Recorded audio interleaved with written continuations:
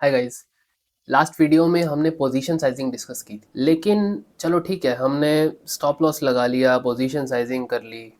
अभी भी हमारी ट्रेड को रिस्क है। वो कैसे? चलो समझाता हूँ। दोबारा से एक चार्ट ड्रॉ करते हैं, ठीक है, और वही 100 वाला पॉइंट रखते हैं जहाँ से हमको एंट्री लेनी है, और ऐसे ही वो वाला पॉइंट ड्रॉ कर लेते हैं। ये हमारा 100 का पॉइंट है सपोज, ठीक है। अब हम तो सिर्फ इतना ही देख रहे हैं कि 100 को क्रॉस किया और हम एंट्री ले लें, और ये 95 का हमने स्टॉप लॉस रख लिया। पर क्या ऊपर इतना हमारा स्पेस है कि हमारा स्टॉक ऊपर इतना मूव कर पाए? अब आप बोलोगे क्या कह रहे हो सर, कुछ समझ नहीं आ रहा। देखो, ये तो आज का सिनेरियो है ना। इससे पहले अगर मार्केट कभी ऐसे ऊपर गई हो और यहीं पे वापस आ गई हो, और फिर थोड़ा और ऊपर गई और यहाँ वापस आ गई हो, इस तरीके से मूव कर रही हो मार्केट। अभी आप देखो, ये लेवल जो है अराउंड 101 का हो गया, और ये लेवल 102 का हो गया। तो ये एक किस्म से हमारे लिए एक रेजिस्टेंस जोन का काम करेगा। आप इसको ड्रॉ कर लो, आप इसको ड्रॉ कर लो। ये ये जोन जो है ये रेजिस्टेंस देगा। रेजिस्टेंस मतलब ये रेजिस्ट करेगा आपके प्राइस को ऊपर जाने के लिए। आपने सोचा चलो 100 क्रॉस करने पे बाय करता हूँ, कोई भी चीज़ 100 क्रॉस करती है तो बड़ी बात होती है ना। ऐसे नहीं चलता है। 101 102 पे पहले मार्केट मुड़ चुकी है, तो ये एक आपका जोन हो गया। इसको कहते हैं रेजिस्टेंस। जो जोन ऊपर की साइड होता है उसको रेजिस्टेंस बोलते हैं। ऐसे ही मान लो नीचे जहाँ से मार्केट रिवर्स हुई, ये पॉइंट अराउंड अराउंड ये पॉइंट, ठीक है, मान लो ये है 90 एग्जाम्पल के तौर पे, ठीक, ये 90 है। तो अब 90 वाला जो जोन है, ये वाला जो जोन है 90 92, तो ये हो गया आपका सपोर्ट जोन।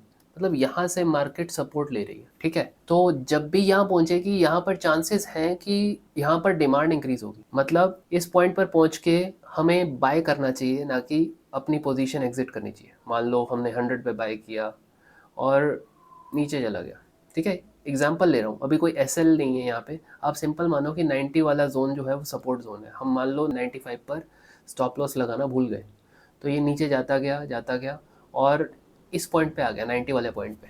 अब क्या हमें यहाँ से निकलना चाहिए? बिकॉज पहले भी 2 बार मार्केट यहाँ से मूव कर चुकी है। तो ये पॉइंट जो है यहाँ पर बड़े लोग बाय करते हैं, बड़े प्लेयर्स जो होते हैं वो बाय करते हैं, और फियर के चलते हम सारा का सारा रास्ता ट्रैवल कर गए, लेकिन फियर हमारा इतना बढ़ गया कि हम एग्जैक्टली यहाँ पर निकलेंगे, ठीक है, डर के।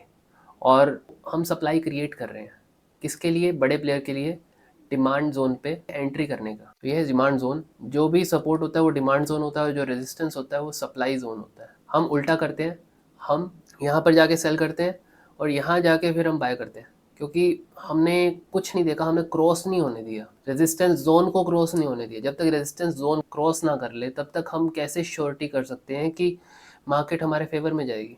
अब अगर यही रेजिस्टेंस जोन यहाँ होता, मान लो 115 पर होता, तो हमें मूवमेंट का इतना एरिया मिल गया ना, 15 पॉइंट्स मिल गए ना।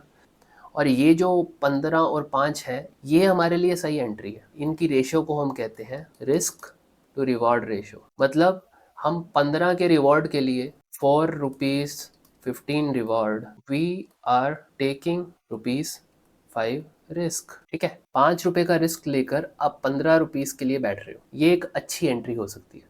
मतलब डिपेंडिंग अपॉन सिचुएशन आप risk to reward ratio set कर सकते हो। 1:1 का भी होता है, मतलब जितना आपको लॉस है उतना ही आपका प्रॉफिट है, वो भी कर सकते हो। पर सजेशन यही रहेगा कि जब तक आपकी रिस्क रिवॉर्ड रेशो 1:1.5 ना हो, तब तक एंट्री मत लो। एटलीस्ट 1:1.5 तो होनी ही चाहिए ना, तभी तो बेनिफिट है।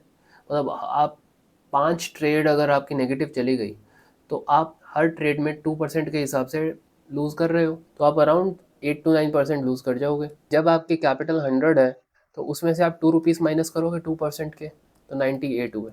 अब 2% अगला जो होगा वो 98 का होगा ना कि 100 का होगा, तो वो अराउंड 1.98 आएगा। इस तरीके से आपका एग्जैक्टली ₹10 या 10% का लॉस नहीं होगा, उससे कम होगा, पर लॉस तो हो रहा है ना। तो इसका मतलब है कि अगर आप 70% विन रेट है आपका, तो बहुत अच्छी बात है।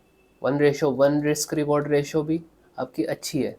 लेकिन अगर आपका विन रेट 50% ही है, तो मतलब आप आउट ऑफ 10 ट्रेड्स 5 ट्रेड में प्रॉफिट ले रहे हो और 5 ट्रेड में लॉस ले रहे हो। और इससे क्या होगा कि आप ब्रेक इवन पे ही रह जाओगे, जो कमाया वो लूज़ किया, ठीक। अब यहाँ पर एक और चीज़ है, आपको ब्रोकरेज चार्जेस टैक्सेस वो भी देने हैं, तो ये सब निकाल के आप नेगेटिव में ही आओगे, पॉजिटिव तो आने से रहे। तो इसी वजह से जब आप स्ट्रेटेजी बनाते हो तो सबसे पहले पॉइंट में आपको बताया था कि जो आपका सेटअप है या स्ट्रेटेजी है उसको बैक टेस्ट करो, जितना पुराना डाटा मिलता है उस सब पे बैक टेस्ट करो। मैं नीचे भी लिख देता हूँ, find your trading setup.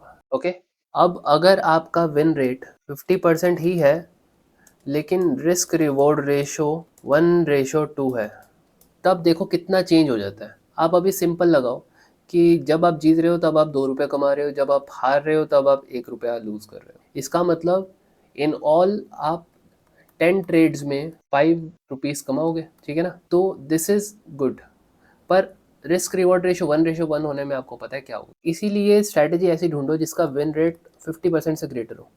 Win rate of your strategy must be greater than 50% and risk reward ratio must be greater than 1:1.5।